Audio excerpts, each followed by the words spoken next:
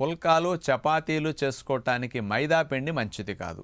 అచ్చంగా గోధుమలు ఆడించుకుని ముడి గోధుమ పిండి వాడుకునే దానికంటే మల్టీగ్రెయిన్ పిండి ఇంకా చాలా మంచిది.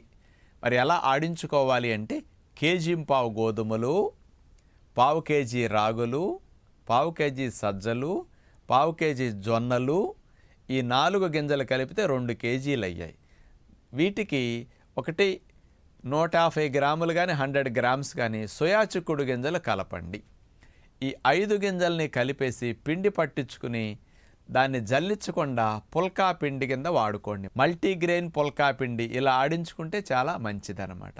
ఇందులో సోయా చిక్కుడు కొద్దిగా వేయటం వల్ల ప్రోటీన్ ఉండి కూడా కార్బోహైడ్రేట్స్ని త్వరగా లోపలికి వెళ్ళనివ్వకుండా, ఫైబర్ ఎక్కువ ఉండి కూడా లోపలికి వెళ్ళనివ్వకుండా రక్షించడానికి పిండి అందరికీ బాగా ఉపయోగపడుతుంది.